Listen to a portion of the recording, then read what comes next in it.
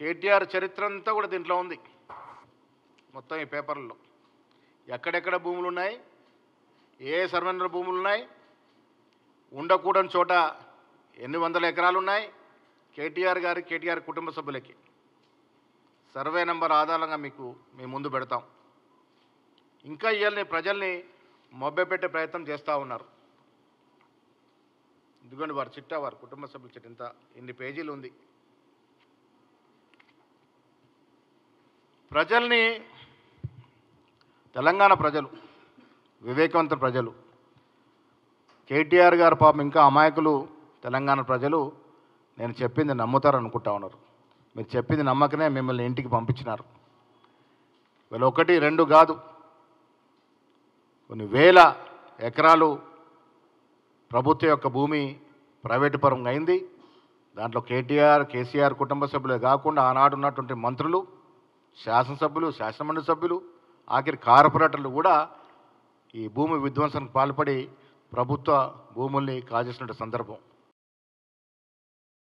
ఆనాడు కూడా నేను చేతులు దులుపుకొని నాకు అసలు ఆ ఫామ్ హౌస్ సంబంధమే లేదు, మా మిత్రుడు ఫామ్ హౌస్ చెప్పడం జరిగింది. కానీ ఆనాడు ఇన్వెస్టిగేట్ చేసిన పోలీస్ అధికారి ఇచ్చిన రిపోర్ట్లో మాత్రం స్పష్టంగా ఆయన ఏం చెప్తాడంటే, దీంట్లో further it is submitted that based on the investigation it is revealed that the accused persons have committed offences that they have loitered near the properties, residence premises of private persons and dignitaries, including residing premises of Kalvakuntla Taraka Ramarao, Honorable IT Minister అని చెప్పడం జరిగింది.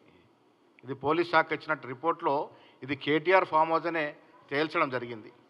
ఇవాళ నాకు కానీ నా కుటుంబ సభ్యులు కానీ అక్కడ ఆస్తులు లేవని చెప్తా ఉన్నారు. ఇగో ఇన్ని సర్వే నంబర్లో కేటీఆర్ గారికి మీకు అందజేస్తాం. ఇన్ని సర్వే నెంబర్లో కేటీఆర్ గారికి ఎఫ్టీఎల్ జోన్లో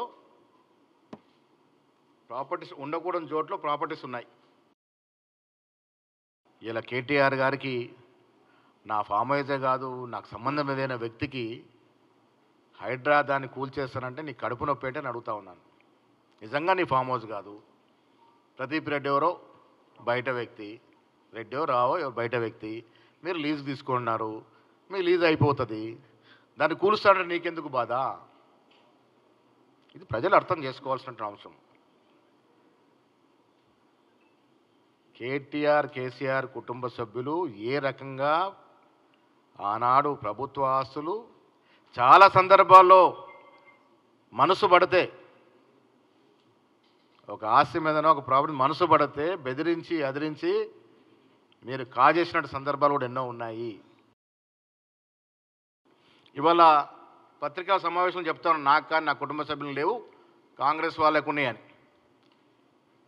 ఇప్పుడు ప్రదీప్ రావు గారు కోర్టును ఆశ్రయించారు, జనవాడ ఫామ్ హౌస్ని కూల్చొద్దు అని.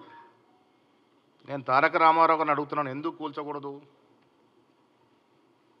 చట్టానికి ఎవరు అతిథులు గారు, ఎవరు చుట్టాలు గారు? మీరు 10 ఏళ్ళు ముఖ్యమంత్రిగా, మీ నాయన మంత్రిగా మీరు యథేచ్ఛగా ప్రభుత్వ భూముల్ని విధ్వంసంగా ధ్వంసం చేసి ఆక్రమించుకున్నటువంటి సందర్భాలు కోకోలోలు. అది ముఖ్యమంత్రి నుంచి మొదలుకొని కింది స్థాయి కార్పొరేటర్ల వరకు. ఇవాళ మా నిజామాబాద్ పట్టణంలో కూడా దాడులు జరుగుతూ ఉన్నాయి. ఎవరు అంతా దోషులు చేస్తున్నారు? అంతా ఆ రోజు ఉన్నటువంటి టీఆర్ఎస్ కార్పొరేటర్లు యథేచ్ఛగా ప్రభుత్వ భూములను ఆక్రమించుకోవడం, పట్టాల్లో పేర్లు మార్చుకోవడం, ప్రైవేట్ పరం చేయడం.